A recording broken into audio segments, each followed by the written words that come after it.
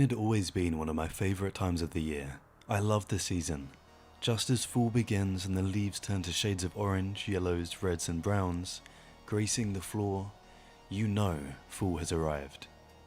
But sadly, my love for this season was tainted in 2017, when one of the scariest nights of my life occurred. There was a Halloween fair going on just out of town, which of course caught the interests of me and my group of friends. Every year we did something for Halloween, whether it be a local scare maze, a Halloween party, or a trip to a haunted location. This year, we decided on the Halloween fair that we knew was a rather new attraction, but it took place the last few years. It was set up in a massive open space in a local cornfield, and from what we had heard, it was a great night with good scares. We planned to go the weekend before Halloween, knowing that it would still be busy, but not as busy as Halloween weekend itself. We arrived there at about 6 in the evening, and I'm not all that sure we realised until we got into the thick of the crowds and attractions how good this place actually looked. There was 5 of us, and we herded ourselves towards the main scare attractions, whilst our eyes widened with amazement as we looked at all the scare actors roaming around the area and the selection of horror mazes we had to choose from. The Pie Factory, the Voodoo Ritual to the Mirror Maze, that was a selection of the first few houses we saw, and further in past the food stalls and live entertainment, there were 3 more mazes and the Cornfield Maze. One of the houses would include putting a sack over your head and leading you off into different directions, before taking it off and having to follow your way out. For some reason, this appealed the most to me and the group, but we decided to save that for later before heading to the corn maze. We started off from the front, and enjoying the houses as the night progressed. One of my favourites being the Pie Factory. How they got that rancid smell pumping through the maze just added to the atmosphere. As we were enjoying the night, we were fast approaching the back end of the park where we were about to enter the maze, Descent into Hell, where we would be bagged and split up. I remember my friend joking that whoever came out last on the other side would have to do the cornfield on their own. It added to the fun and got the adrenaline pumping as we approached the front of the queue to enter. The scare actors on the door lined us all up and handed us a sack as they demanded that we put it over our head. As we laughed between us, not one of them broke character, staring at us with intent. We all obliged and placed the sacks over our head as we were pushed and led into the unknown, hearing the eerie sounds of ritual music as we entered. Once inside and the sack was off, there was a blast of strobe lights that met my eyes, going from light to the pitch black. I fumbled my way around as fast as I could, trying to beat my friends out of the house. As I managed to find the exit and run into the night, I saw that 2 of my friends were already out. I was not last, and I was soon followed by the other 2. After winding up our friend that came out last, we headed to the corn maze, and as you would expect, it was massive with the aim of making you fear getting lost. Obviously, there was designated routes that would allow you to pass through without that issue, but still being chased by some scare actor along the way through. We entered the field, and as we did, we were soon met by the sight of a scarecrow jumping out on us as we jumped and laughed at one another as it retreated back into the darkness. We were fully in the field now, with the entrance long gone behind us and out of sight. As we wandered, there was the sound of faint screams in the distance of people having a good time. It was then that we came to a junction in the field with a set of different routes. As we looked, the nerve-shattering sound of a chainsaw broke the silence as a masked scarecrow ran at us full pelt. Caught off guard, we all scattered and ran further into the field, the sound of the chainsaw behind us. As I ran, laughing, and I composed myself from being scared, the sound of the chainsaw disappearing back into the distance. I turned to talk to my friends, only to be met with an empty, dark path, and no one behind me. With being caught off guard and us all running, it was apparent we all ran off, but I had run off down another path in a different direction. As I was the one that ran first, I didn't know that was the case at the time. I'd found myself in the position that I'd broken off and lost my friends, and was now in the middle of the corn maze, alone. Not too bothered at the time, I thought to myself I would follow my route and I would meet them on the other side. The more I walked into the field, the quieter it became, and the less a scare actor would jump out on me. And after looking at my watch and noticing that 10 minutes had passed, I was still no nearer an exit. In fact, having taken a wrong turn, I had somehow strayed from where I should have been. I took out my phone to call my friend, but that didn't help as there was little signal and no answer. So I shouted their names, but nothing. As I became more annoyed, I decided to cut through the cornfield, and as I did, I finally wound up an open pathway, finally feeling like I was getting somewhere. It was then I heard rustling in the distance. Stopping in my tracks, I looked. The figure of a scare actor entered the pathway in front of me. Having had enough scares that night, I called out to the person and told him I'd become lost and asked if he could help me find the exit. The person just stood there, staring at me. I called out again as I asked him if he had heard me. I was about to approach him when I suddenly realized this person looked nothing like the other scare actors in this zone. Not scarecrow-like. He was wearing a hoodie and wearing a pale, white, featureless face mask. An uncomfortable feeling began to build in the pit of my stomach as I thought the unnerving question. If not part of the show, who was this person? With only feet between us, not knowing what to do, I asked again where the exit was. It was then that fear crippled me. The person walked towards me. I stood there, not really knowing what to do, as the person broke into a run as they pulled an object out from their hoodie. It was a knife. As he swung at me, I backed away, putting my arm out as a sharp pain tore across my forearm.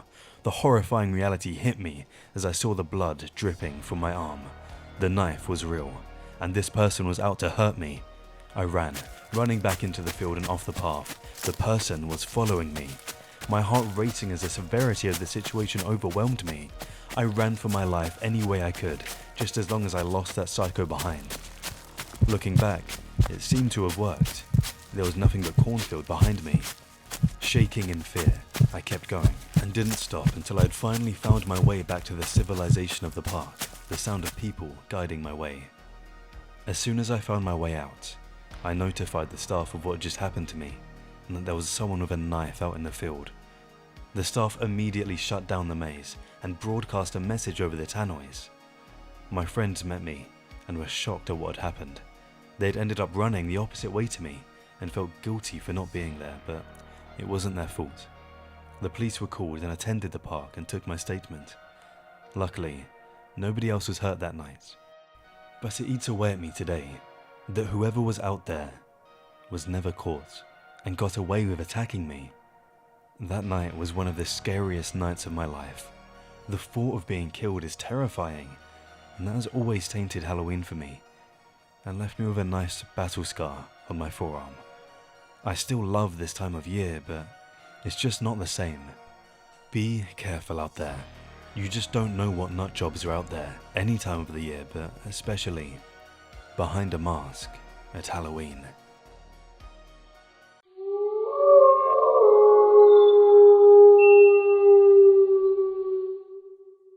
This experience happened to me last year around Halloween, and is today still one of the most terrifying experiences I've had to date. I'm a 23-year-old female, and I was attending a local Halloween rave event at a warehouse with a group of friends. We were all so excited and had been planning our costumes for months. I had decided to go as a female version of Chucky, and my costume was on point, complete with a ginger wig, multicolored striped crop top, and mini denim-looking dungaree romper with "Wanna Play" across the chest, and complete with some multicolored stockings. It looked amazing, and along with the rest of my group, we were ready for a spooky and fun night. We began having a few drinks at my friend's house whilst we were getting ready, having a few pre-drinks to get ready for the main event, as we would say. It wasn't long before we were all too excited to wait any longer, so we called our Uber and made our way to the rave. On arrival, we could already see the hordes of costumes piling in. Everyone seemed to have gone all out and made the effort for the night's event. There were some amazing costumes around. Some that stood out and spring to mind was someone dressed up as an empty toilet roll, to someone dressed as a vending machine containing chopped body parts. Some good creative costumes. As we entered the venue, the music was blaring and everyone was having a great time. The Halloween season was truly in full swing, and we were all loving it. After dancing for what felt like hours, I went to the bar with my friend as we grabbed some more drinks.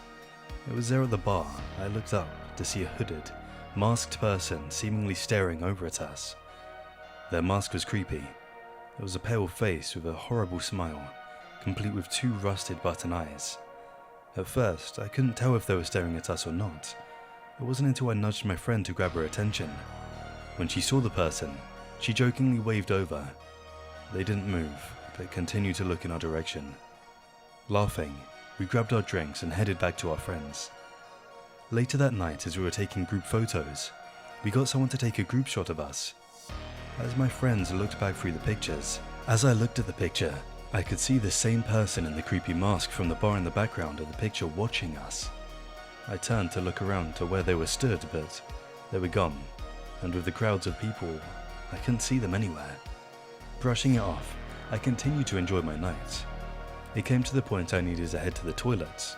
I asked my friend to come with me, but she was busy dancing with someone she had met, so I went on my own.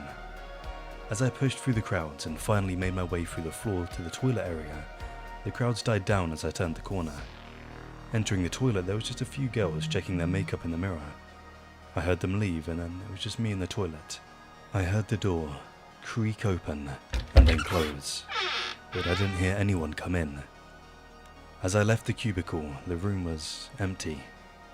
I washed my hands and opened the door to leave. It was as I turned out the toilet, I was startled, as I was met with the same creepy masked figure from the bar and the picture. They stood in my way, hovering over me, staring down at me. An uncomfortable feeling fell over me as I politely asked them to move out the way. They didn't. They just continued to stand there. As I went to walk around them, they stepped across and blocked my way. My heart began to race. Looking up at the mask, I asked what their problem was. It was then the figure pulled a piece of paper from his pocket as he handed it to me. I refused to take it until they pressured me into it, hoping that they would just leave me alone. As I opened it, it said in scruffy writing, "I wanna play," obviously referring to my child's play outfit. I scrunched it up and said, "Now, thank you," as I squeezed past, trying to return to my friends. As I turned around, the person was again watching me as I walked away. Feeling uncomfortable from my encounter, I tried to enjoy the rest of my night, but couldn't help always looking over my shoulder, feeling that person was watching me. It came to the end of the night, and we were all waiting outside, ready to make our way home. My friend asked me if I was okay. I was fine, but again I was just cautious, and looking around for that mask. As I saw the few remaining costumes leaving, I couldn't see the creepy smiling face, which made me feel better. All I wanted was to get home at that point. Back home, my friend had just dropped me off as I was a second from the last drop. I climbed the stairs and took off my shoes and outfit, crawling into bed, still feeling pretty drunk. As I lay there with my eyes closed, I could feel myself drifting off. It couldn't have been more than 5 minutes later when my phone vibrated and pinged, disturbing me just before I had fell asleep. As I reached for my phone, I expected it to be my friend saying she got home okay, but when I looked at my phone, it was a notification from our security camera. As it read, "Motion detected on the driveway." I opened up the notification to play back and my eyes widened. The blood in my veins ran cold. What appeared on my screen was a horrifying sight of that haunting smile and button eyes from the rave. The person in the mask was walking across my drive. I got the live camera feed on my phone, and my heart began to race. I couldn't see the person anymore. I rushed to my window looking down, and again there was nothing. I slowly walked to my door, opening it, but as soon as I did, I stopped in my tracks. A chill ran down my spine as I could hear the sound of footsteps downstairs. They were now in the house. The dark shadow of a figure came into view at the bottom of the stairs as I froze. The person in the mask looked up at me, noticing me. Fear crippling me, I stood there motionless. The smiling face began to ascend the stairs, and with this I broke from my fear-like trance and screamed as loud as I could. My parents' bedroom door soon burst open, with my dad running out to see if I was okay. I screamed there was someone in the house, pointing at the stairs, but as we both looked back, the person had gone. My dad ran down the stairs to chase the masked intruder, but as he ran into the street it was too late. He had already fled. We called the police and I explained everything to them and my parents about the masked stalker at the Halloween rave and the fact that he had followed me home. The police took our camera footage to investigate and see if they could figure where the creep ran. The person was never apprehended. I mean, being a masked intruder, it could have been anyone. That night still makes my stomach churn and freaks me out to this day. I will never forget that haunting, smiling mask. And at Halloween events now, I always feel on edge, not quite knowing if anyone's watching me. Be careful out there, and be safe on Halloween. We hope you're having a chilling October and enjoying this spooky season. Thanks for listening. We hope you enjoyed these terrifying Halloween encounters. Comment and let us know what you would have done in these situations. And drop a like and share. It really helps the channel out. If you're enjoying the horror and haven't already, subscribe to the channel.